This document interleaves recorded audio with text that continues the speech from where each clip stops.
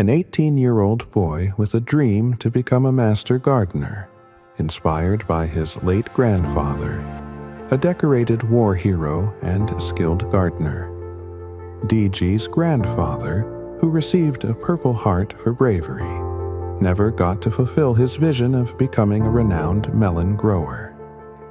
DG clings to his grandfather's legacy, even as he deals with hardship in his own life. His father, a former army man with special intelligence training, has succumbed to drug addiction and is largely absent. His mother, whom DG cares for deeply, is terminally ill with sickle cell anemia and has just a year or two left to live. Living with the knowledge that he might soon lose his mother, DG, a name that fittingly means farmer, dedicates himself to school and cultivating a small garden in his mother's backyard. He's smart and resilient, but like most teenagers, he faces his share of challenges, from dealing with bullies to navigating young love. One fateful night, a meteor strikes his garden, leaving behind a strange new element, PL 2026. This organic substance has an extraordinary ability. It amplifies the growth and potency of anything it touches by 10-fold. The garden transforms overnight, producing lush trees and exotic plants, attracting attention from scientists, journalists, and even the police, all eager to understand how DG's modest garden has become an ecological marvel. Amid all the chaos, DG remembers a secret project he'd been working on, a hidden grow tent in his garage where he cultivates a small crop of weed in hopes that it might relieve his mother's pain. He goes to check on his project and finds that the weed plants have also been transformed by the meteor's power. The once ordinary plants now glow a deep, iridescent green, sparkling like emeralds. They radiate peace and relief, and just touching them dispels any stress. DG realizes he may have something truly miraculous on his hands. While grappling with the garden's newfound fame, DG reconnects with an old bully, Cyan, who comes to apologize for his past behavior. Cyan reveals that he himself has been suffering from an abusive father. Moved, DG offers him a job at the garden, giving Cyan a chance to escape his troubled home life.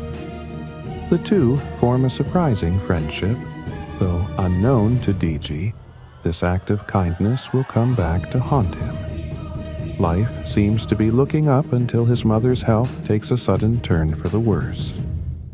In a desperate attempt to save her, DG sneaks into her hospital room and blows a puff of the magical weed into her mouth just as her heart monitor flatlines.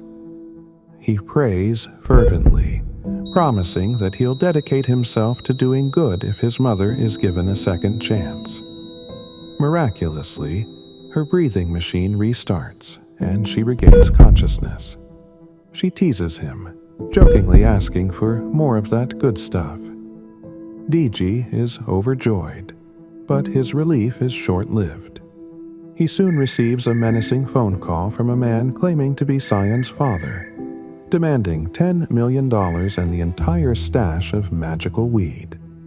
If DG doesn't comply, Cyan's father threatens to kill his son and haunt DG. At first, DG thinks it's a prank, but when he tries to contact Cyan and his calls go unanswered, he begins to panic. Rushing back to his office, he finds it ransacked, the stash of special weed gone, all except for a few ounces he had on him. The realization hits hard. His mother's miraculous recovery is tied to this weed, and without it, her health may begin to decline once again.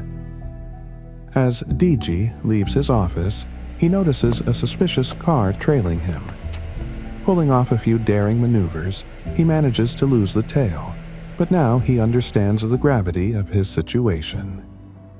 Feeling out of options, he calls on his estranged father, who, despite his flaws, once served in the army and has intelligence training. DG drives to a secluded part of the forest where his father said he could always be found if needed. Using a distinctive honk pattern as a signal, DG waits as silence envelops the forest. Suddenly, he spots a figure in the distance. As he approaches, the figure shoots an arrow, striking DG in the neck and knocking him out. DG awakens in a dark cave, bound by ropes braided from small tree twigs. Near a crackling fire, he sees a man dressed in attire resembling a Viking from the Roman era. The man speaks in an unfamiliar language and gestures toward DG's backpack, repeating the word medicine. Mistaking DG's headphones for medicine, the man begins rubbing them on a wound, hoping for a cure.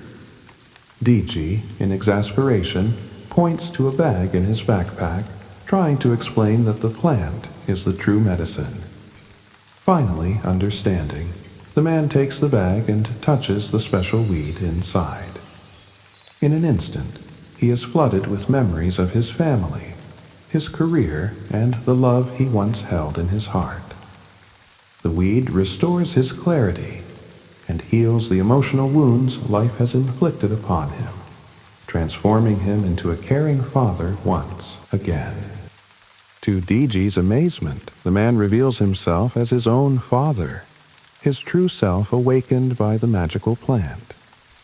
The two reconnect over the next few days, with DG's father teaching him skills in shooting and close combat. Together, they visit DG's mother, who is stunned by her husband's transformation. Their reunion rekindles a spark between DG's parents, and the three share a quiet, peaceful moment as a family. However, their safety is short-lived. One night, at a secluded hotel, the family hears a knock on the door. "Room service," a voice calls, but none of them had ordered anything. DG's father peers through the peephole and spots three armed men preparing to break in with a keycard. Quickly, DG, his mother, and his father position themselves for a gunfight. When the door bursts open, each of them fires a single, precise shot, taking down the intruders in an instant. It's clear they're up against powerful enemies, willing to go to any lengths for the miraculous weed. Now, fully aware of the dangers surrounding them, Digi and his family brace themselves for the storm ahead, knowing that their skills, their bond, and their wits may be all that stand between them and the forces determined to take away their miraculous discovery. While Digi faces escalating threats, an unsettling scene unfolds in a hidden lab in the next city over. Sion, who Digi trusted and employed, is shown laughing and working side by side with a group of shady researchers. It turns out, Sion was in on the scheme all along, only pretending to be a friend. His apparent remorse was just a ruse to gain access to Digi's miraculous weed. Through secret experimentation, Sion has discovered a way to amplify the effects of the already potent PL 2026 by 23%. Creating a new substance that he names Black PL 2026. This version is visibly darker, with shadowy particles swirling through it. Sion's new creation, though more powerful, carries ominous side effects. It amplifies physical strength, intelligence, and speed, but it also darkens the user's personality. With a hint of malice, Sion injects a test subject with Black PL 2026. The man's eyes glow a sickly green, dark veins spreading across his face as he transforms. Now, faster, stronger, and dangerously smart, the man seems nearly invincible. Sion, in his ambition, finds a way to mass-produce Black PL 2026 in just 2 weeks by slightly reducing its potency. Soon, people across the city are using this new formula to unlock superhuman abilities. But there's a dark cost. Users become ruthless and violent, using their enhanced minds to engineer weapons capable of destruction on an unprecedented scale. News spreads of people building bombs, powerful enough to threaten entire cities. Meanwhile, DG, disturbed by what's happening, suspects Cyan is behind the chaos. He combs through the dark web, trying to find the location of Cyan's lab. Late one night, he stumbles across a horrific ad. Young clone kids for your pleasure. Click here. Sickened, DG realizes that Black PL 2026's influence has unleashed a new level of depravity and corruption. Cyan's ambition has opened a Pandora's box of horror. DG knows he has to act quickly. He gathers a small team. His father, two close friends, and Metal, his trusted AI-powered robot assistant. They form a plan to infiltrate Cyan's lab and shut down the operation before things get worse. The next morning, as DG pours himself a cup of coffee, he hears strange rhythmic noises coming from the other room. Following the sounds, he finds Metal malfunctioning, moving erratically and even attempting, quite clumsily, the latest TikTok dances. Amused but concerned, DG glances at his phone and sees a message. Update your spyware. New threat detected. With a sigh, DG heads to Metal's hard drive for a manual update. But suddenly, Metal appears right in front of him, blocking his path. DG freezes, stunned to see the once friendly robot with the same eerie green eyes and dark, pulsing veins as Cyan's test subjects. With a menacing grin, Metal strikes DG hard across the face, sending him sprawling back. Shocked and hurt, DG tries the emergency shutdown command. DR demands emergency shutdown, but Metal doesn't budge. Now, fully aware that Cyan's reach extends even to his robot companion, DG scrambles for a way to stop Metal without destroying the robot he worked so hard to build. As Metal lunges toward him, DG manages to dodge and grab a nearby lamp, preparing to defend himself against his own creation, all while trying to hold his composure. As Metal collapses to the floor, sparking from the jolt, DG's friends rush in. Thanks, guys. Real helpful, DG says, dusting himself off with a smirk. No problem, Seb replies with a shrug. Seth simply whistles, clearly unfazed.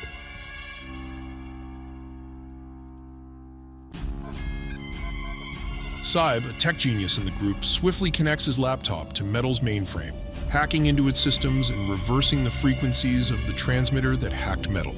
Almost immediately, a triangulated map of the signal's origin appears on the screen. That's where Cyan's hiding, Saib confirms, eyes glinting with excitement. When they reach the location, the place looks abandoned, eerily quiet, with no movement for miles. But then Metal, still rebooting, twitches as an outline of a massive structure briefly appears and then vanishes like a mirage. It's a hologram, DG realizes.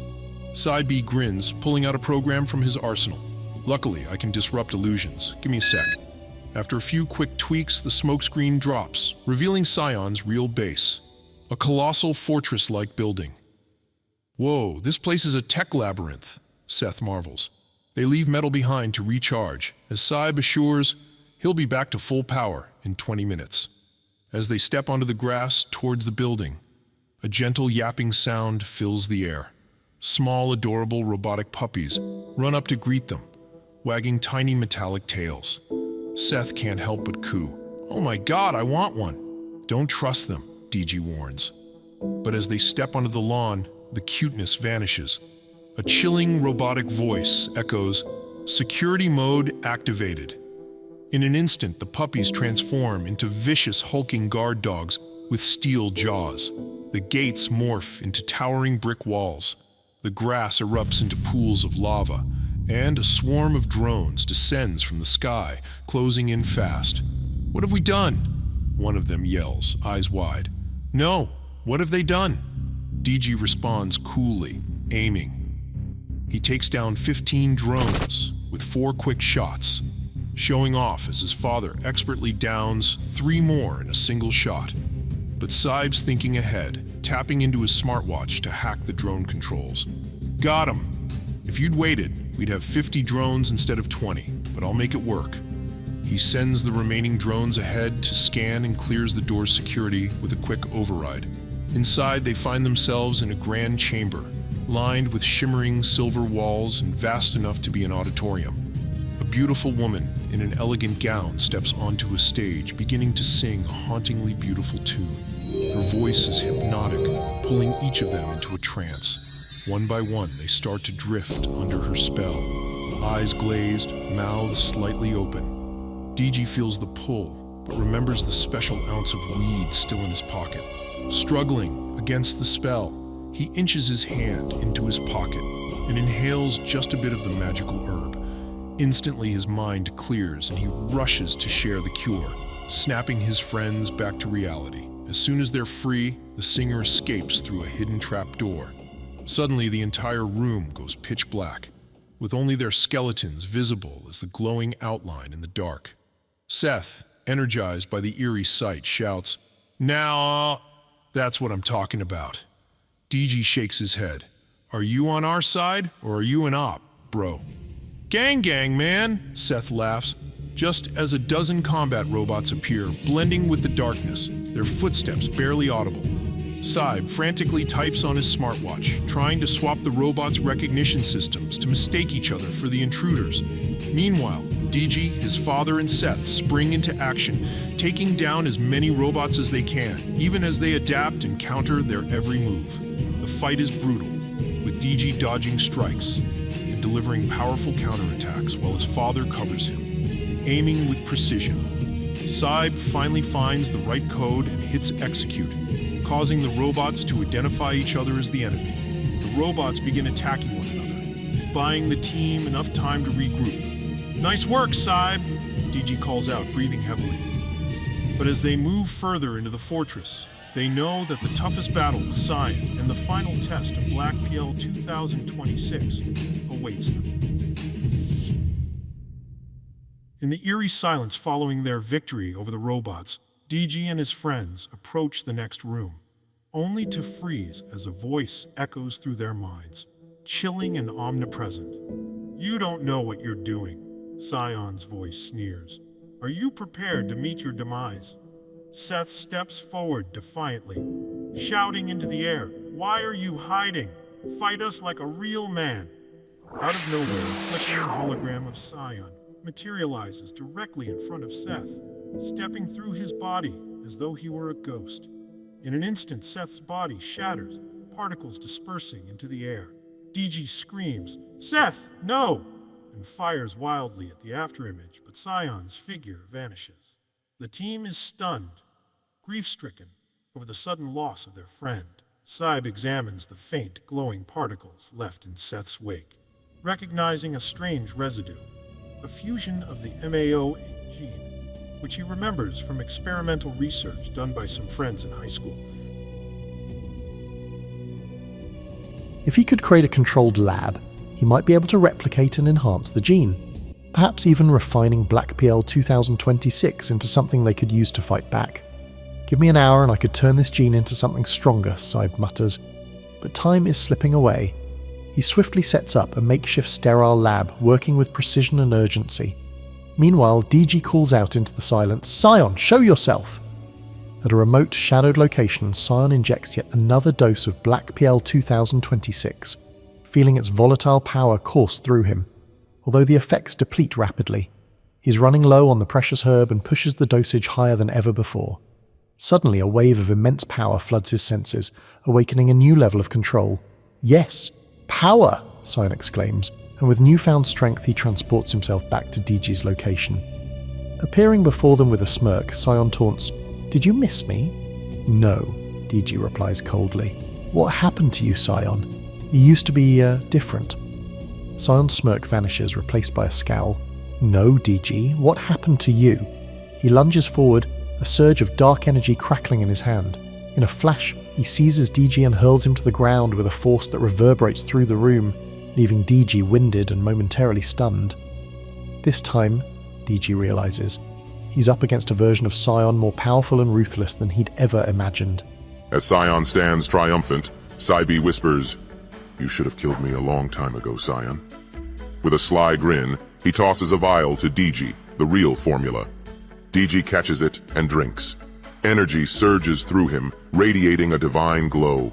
Scion's horror unfolds as DG, now a god, thinks, Scion, trapped in a cage. A shimmering force field locks Scion in, rendering him powerless. DG feels his mother's life force fade.